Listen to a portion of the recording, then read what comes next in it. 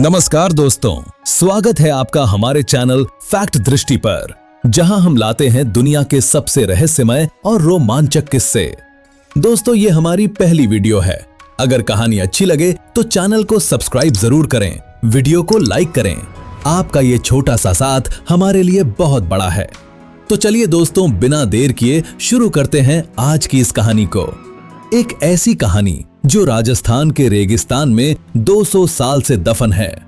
एक ऐसे गांव की दास्तान जो एक ही रात में हमेशा के लिए वीरान हो गया। ये है कुलधरा गांव की अनकही कहानी। राजस्थान, ये नाम सुनते ही जहन में आते हैं रेत के टीले, ऊंट, रंग बिरंगी पगड़ियां और भव्य महल। लेकिन इसी राजस्थान की धरती पर एक ऐसी जगह भी है जहां जाने से पहले लोग 10 बार सोचते हैं। जैसलमेर शहर से लगभग 18 किलोमीटर दूर थार के रेगिस्तान के बीचों बीच बसा है कुलधरा। ये गांव कभी पालीवाल ब्राह्मणों का गढ़ हुआ करता था। पालीवाल ब्राह्मण यानी वो लोग जो अपनी बुद्धि, अपने व्यापार और अपनी एकता के लिए पूरे राजपुताना में मशहूर थे। इतिहासकार बताते हैं कि कुलधरा और उसके आसपास के 85 गांवों में पालीवाल ब्राह्मणों की एक समृद्ध और सुसंगठित सभ्यता फली फूली थी। ये लोग बेहद कुशल किसान थे। रेगिस्तान जैसी कठिन जमीन पर भी ये अपनी मेहनत और चतुराई से खेती करते थे। इन्होंने ऐसी जल संरक्षण प्रणाली विकसित की थी जो आज के इंजीनियरों को भी हैरान कर देती है। उनके बनाए कुएं, बावड़ियां और नहरें आज भी उस जमाने की इंजीनियरिंग की मिसाल हैं। कुलधरा के घर भी बेहद खास तरीके से बने थे। हर घर इस तरह बना था कि रेगिस्तान की तपती गर्मी उसके अंदर न पहुंच सके। दीवारें मोटी, छतें ऊंची और हर घर के बीच एक ऐसा रास्ता जो हवा को अंदर आने देता था। गांव में मंदिर थे, बाजार था और एक ऐसी जीवंत संस्कृति थी जो सदियों से चली आ रही थी। लेकिन ये सब एक रात में खत्म हो गया। सन 1825 ये वो साल है जिसे कुलधरा के इतिहास में काले अक्षरों से लिखा गया है। इस साल जो हुआ वो इतना भयानक था कि आज 200 साल बाद भी लोग उस रात की बात सुनकर सिहर जाते हैं। जैसलमेर के दीवान थे सलीम सिंह। ये नाम उस पूरे इलाके में खौफ का दूसरा नाम था। सलीम सिंह एक ऐसा इंसान था जिसके लिए न तो कोई कानून था न कोई मर्यादा। वो जो चाहता था वो पाकर ही रहता था। उसकी ताकत बेइंतहा थी और उसका जुल्म उससे भी ज्यादा। कहते हैं कि सलीम सिंह का महल जैसलमेर में आज भी खड़ा है। उस महल की बनावट इतनी अजीब है कि उसे हवेली कम और जेल ज्यादा कहा जाए तो गलत नहीं होगा। महल की सबसे ऊपरी मंजिल से पूरे जैसलमेर पर नजर रखी जा सकती थी और सलीम सिंह यही करता था, नजर रखना और जो पसंद आए उसे हथिया लेना। एक दिन सलीम सिंह की नजर पड़ी कुलधरा पर और उसकी नजर पड़ी गांव के मुखिया की बेटी पर। वो लड़की बेहद खूबसूरत थी। उसकी उम्र अभी 16-17 साल की थी। उसकी आंखों में वो चमक थी जो रेगिस्तान में बारिश के बाद आसमान में होती है। उसकी हंसी वो आवाज थी जो पूरे गांव में गूंजती थी। सलीम सिंह ने फैसला कर लिया, वो उस लड़की को अपने महल में लाएगा। उसने अपने दूत भेजे कुलधरा। संदेश था मुखिया की बेटी को सलीम सिंह के हवाले किया जाए, बदले में गांव को भारी कर माफी और सुरक्षा मिलेगी। लेकिन अगर मना किया तो पूरे गांव को तबाह कर दिया जाएगा। यह संदेश सुनकर कुलधरा के मुखिया के पांव तले जमीन खिसक गई। उनकी बेटी, उनकी लाडली, उनकी जान, उसे इस दरिंदे के हवाले कर दें। मुखिया ने तुरंत पालीवाल ब्राह्मणों की पंचायत बुलाई। रात के अंधेरे में मशालों की रोशनी में सभी 85 गांव के मुखिया एकत्रित हुए और उस रात जो फैसला लिया गया वो इतिहास का सबसे दर्दनाक फैसला था। पंचायत में घंटों बहस हुई। कुछ लोग चाहते थे कि सलीम सिंह से लड़ा जाए, लेकिन सब जानते थे उसकी फौज के आगे गांव वाले टिक नहीं सकते। कुछ चाहते थे कि किसी तरह समझौता किया जाए, लेकिन सलीम सिंह जैसे इंसान से समझौता, वो तो और मांगेगा। आखिर में फैसला हुआ, एक ऐसा फैसला जो सुनकर आज भी दिल भारी हो जाता है। पालीवाल ब्राह्मणों ने तय किया वो कुलधरा छोड़ देंगे, अपना घर छोड़ेंगे, अपनी जमीन छोड़ेंगे अपने मंदिर छोड़ेंगे, लेकिन अपनी बेटी नहीं छोड़ेंगे, अपनी इज्जत नहीं छोड़ेंगे। वो रात थी, एक दर्दनाक, खामोश, काली रात। पूरे गांव में एक अजीब सन्नाटा पसर गया। हर घर में दीपक बुझाए गए, हर घर में सामान बांधा गया। बुजुर्गों ने अपने घरों की दीवारों को आखिरी बार छुआ। माओं ने अपने घर के चूल्हों के पास बैठकर आंसू बहाए। बच्चों को नींद में ही उठाया गया। जिन्हें समझ नहीं आया, उन्हें चुप कराया गया। रात के तीसरे पहर, जब पूरा जैसलमेर सो रहा था, कुलधरा के हजारों लोग एक के बाद एक अपने घरों से निकले। पांव में जूते भी नहीं, बस चलते रहे। रेत पर उनके पैरों के निशान बनते रहे और फिर धीरे धीरे हवा ने उन निशानों को भी मिटा दिया। जाते जाते मुखिया ने एक श्राप दिया। उन्होंने उस जमीन पर हाथ रखकर कहा, यह जमीन अब किसी की नहीं होगी। जो भी यहां बसने की कोशिश करेगा, उसका वंश नष्ट हो जाएगा। ये गांव हमेशा के लिए वीरान रहेगा। और फिर वो चले गए, हमेशा के लिए। सुबह जब सूरज उगा तो कुलधरा में कोई नहीं था, न इंसान न जानवर, बस खाली घर, बुझे हुए चूल्हे और हवा में तैरती एक अजीब सी उदासी। सलीम सिंह जब सुबह कुलधरा पहुंचा तो वो देखता रह गया। जो गांव कल तक जीवंत था, वो अब एक कब्रिस्तान बन चुका था। उसने अपने आदमियों को भेजा, ढूंढो उन्हें, लेकिन पालीवाल ब्राह्मण जैसे धरती में समा गए हों। कोई सुराग नहीं, कोई निशान नहीं। और फिर शुरू हुआ श्राप का असर। जो भी कुलधरा में बसने की कोशिश करता, उसके साथ अजीब घटनाएं होने लगतीं। कुछ लोगों ने उन खाली घरों में रहने की कोशिश की, लेकिन कुछ ही दिनों में वो घर छोड़कर भाग जाते। कोई कहता रात को रोने की आवाज आती है, कोई कहता घर के अंदर किसी के चलने की आवाज सुनाई देती है, कोई कहता जब सोते हैं तो लगता है कोई देख रहा है। धीरे धीरे कुलधरा की खबर फैलने लगी। लोग दूर से ही उस गांव को देखते और आगे बढ़ जाते। कोई वहां रुकने की हिम्मत नहीं करता था। सालों बीते, दशक बीते, फिर सदियां बीत गईं, लेकिन कुलधरा वीरान रहा। आजादी के बाद भारत सरकार ने कुलधरा को एक संरक्षित स्मारक घोषित किया। पुरातत्व विभाग ने उस जगह की खुदाई की। उन्हें मिले टूटे बर्तन, पुराने सिक्के और वो घर जो आज भी उसी तरह खड़े हैं जैसे उस रात छोड़े गए थे। लेकिन जो चीज पुरातत्व विभाग को नहीं मिली, वो थी उस रात की कहानी का पूरा सच। कहां गए वो हजारों लोग? किस दिशा में, किस जगह जाकर बसे? इसका जवाब आज भी किसी के पास नहीं है। अब बात करते हैं उन लोगों की जिन्होंने खुद कुलधरा में कुछ ऐसा अनुभव किया जो उनकी जिंदगी बदल गई। साल 2008, दिल्ली से एक पत्रकार राजस्थान की यात्रा पर निकले। उनका नाम था अरुण शर्मा। वो कुलधरा की कहानी पर एक आर्टिकल लिखना चाहते थे। स्थानीय लोगों ने उन्हें मना किया, रात को मत जाओ, लेकिन अरुण शर्मा नहीं माने। रात के करीब 11 बजे वो अपने कैमरे के साथ कुलधरा पहुंचे। टॉर्च की रोशनी में उन्होंने घरों की तस्वीरें लेना शुरू किया।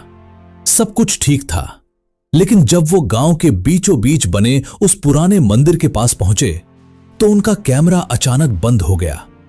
उन्होंने कैमरा दोबारा चालू करने की कोशिश की, नहीं चला। तभी उन्हें लगा कोई है, उनके पीछे कोई खड़ा है। उन्होंने पलटकर देखा, कोई नहीं था, लेकिन रेत पर उन्हें दिखे पैरों के निशान, ताजे निशान जो उनकी तरफ आ रहे थे। अरुण शर्मा उस रात जो दौड़े तो सीधे जैसलमेर पहुंचकर ही रुके। उन्होंने अपना वो आर्टिकल कभी नहीं लिखा। साल 2012, एक परिवार पर्यटन के लिए राजस्थान आया था। पति पत्नी और उनके 2 बच्चे। उन्होंने तय किया कि कुलधरा देखेंगे। दिन में गए, घूमे, तस्वीरें ली, सब ठीक रहा। लेकिन जब वो वापस जाने लगे तो उनकी छोटी बेटी ने एक बात कही जो सुनकर सबके रोंगटे खड़े हो गए। उसने कहा, पापा, वो औरत कौन थी जो हमारे साथ चल रही थी? पति पत्नी ने एक दूसरे को देखा। कोई औरत? उनके साथ तो कोई नहीं था। बच्ची ने कहा, वो सफेद कपड़ों वाली औरत जो हमारे साथ हर घर में घूम रही थी, उसके बाल खुले थे, वो रो रही थी। उस परिवार ने उस रात जैसलमेर में एक मंदिर में पूजा करवाई और अगले दिन ही राजस्थान छोड़ दिया। ये गवाही है राजस्थान पुलिस के एक सिपाही की, जिसका नाम रामलाल था। रामलाल की ड्यूटी एक बार कुलधरा के पास लगी थी, रात के पहरे पर। वो अकेले थे। आधी रात के करीब उन्हें गांव के अंदर से एक अजीब आवाज सुनाई दी, जैसे किसी थाली पर चम्मच बज रही हो, जैसे कोई खाना परोस रहा हो। रामलाल ने सोचा शायद कोई जानवर है। वो टॉर्च लेकर आवाज की दिशा में गए। एक पुराने घर के सामने पहुंचे। आवाज उसी घर से आ रही थी। दरवाजा खुला था। रामलाल ने अंदर टॉर्च मारी। उन्होंने जो देखा उसके बारे में वो आज भी बात नहीं करते। बस इतना कहते हैं, वो घर खाली नहीं था, उसमें कोई था, लेकिन वो इंसान नहीं था। अब कुछ लोग यहां पर कहेंगे ये सब बस कहानियां हैं, अफवाहें हैं, डर का मनोविज्ञान है। तो आइए बात करते हैं वैज्ञानिक तथ्यों की। साल 2010 में भारतीय पुरातत्व सर्वेक्षण विभाग के एक दल ने कुलधरा में कुछ महीने बिताए। उनका मकसद था उस जगह का वैज्ञानिक अध्ययन करना। उन्होंने थर्मल कैमरे, इलेक्ट्रोमैग्नेटिक डिटेक्टर और अन्य उपकरण लगाए। उनकी रिपोर्ट में कुछ दिलचस्प बातें थीं।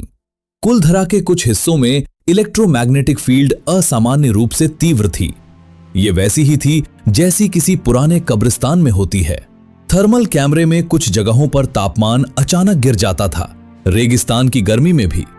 वैज्ञानिकों ने इसे एक प्राकृतिक घटना बताया, लेकिन क्यों और कैसे, इसका जवाब उनके पास भी नहीं था। एक बात और, कुलधरा में पालीवाल ब्राह्मणों के घर जिस तरह बने हैं, उनकी नींव इतनी मजबूत है कि 200 साल बाद भी वो ज्यादातर खड़े हैं। इंजीनियरों के मुताबिक उन घरों को बनाने में जो तकनीक इस्तेमाल हुई वो उस जमाने के लिए बेहद उन्नत थी। लेकिन एक बात इंजीनियर भी नहीं समझ पाए। जिस रात पालीवाल ब्राह्मण गए, उन्होंने अपने घरों के दरवाजे बंद किए, लेकिन खिड़कियां खुली छोड़ी, हर घर में, बिना किसी अपवाद के। ऐसा क्यों? क्या ये कोई परंपरा थी या कोई संकेत? कोई नहीं जानता। अगर आप कभी जैसलमेर जाएं तो एक काम जरूर करें, शाम को कुलधरा जाएं और सूरज ढलते देखें। जैसे जैसे सूरज रेत के टीलों के पीछे छिपता है, कुलधरा का रंग बदलता है। दिन में जो दीवारें सुनहरी लगती हैं, शाम को वो लाल हो जाती हैं और रात होते होते वो काली। स्थानीय गाइड बताते हैं कि रात को कुलधरा में अंदर जाना मना है, सरकारी तौर पर भी और परंपरा के तौर पर भी। गांव के पास एक चौकी है, रात 8 बजे के बाद वो बंद हो जाती है। लेकिन जो लोग चोरी छिपे रात को गए हैं, उनमें से ज्यादातर लोग एक बात जरूर बताते हैं। रात को कुलधरा में हवा का एक अजीब पैटर्न है। बाहर हवा चलती रहती है, लेकिन गांव के अंदर जाते ही हवा रुक जाती है, जैसे कोई अदृश्य दीवार है। और इस सन्नाटे में अगर आप ध्यान से सुने तो कभी कभी एक धीमी सी आवाज आती है, जैसे कोई दूर से बुला रहा हो। एक अनुभवी पर्यटक गाइड जो पिछले 20 साल से जैसलमेर में काम कर रहे हैं, ने एक बार एक इंटरव्यू में कहा था, मैंने कुलधरा में रात को एक बार एक काम किया। मैंने वहां के सबसे पुराने घर के सामने खड़े होकर कहा, माफ करना, हम यहां बस नहीं रहे, बस देखने आए हैं। उस रात मुझे कोई अजीब अनुभव नहीं हुआ, लेकिन जो लोग बिना किसी सम्मान के वहां जाते हैं, उनकी कहानियां अलग होती हैं। तो क्या सच में श्राप काम करता है? क्या पालीवाल ब्राह्मणों का वो दर्द आज भी उस जमीन में जिंदा है? इसका जवाब देना मुश्किल है, लेकिन एक बात तय है, कुलधरा में आज तक कोई नहीं बसा। एक ऐसी उपजाऊ जमीन पर, एक ऐसे इलाके में जहां पानी और संसाधन थे, वहां 200 साल में किसी ने बसने की कोशिश नहीं की। राजस्थान सरकार ने एक बार सोचा था कि कुलधरा को एक टूरिस्ट विलेज में बदला जाए। पर्यटकों के रुकने की व्यवस्था हो, रेस्टोरेंट खुलें, होटल बने, लेकिन ये योजना कभी आगे नहीं बढ़ी। क्यों? इसका कोई आधिकारिक जवाब नहीं है।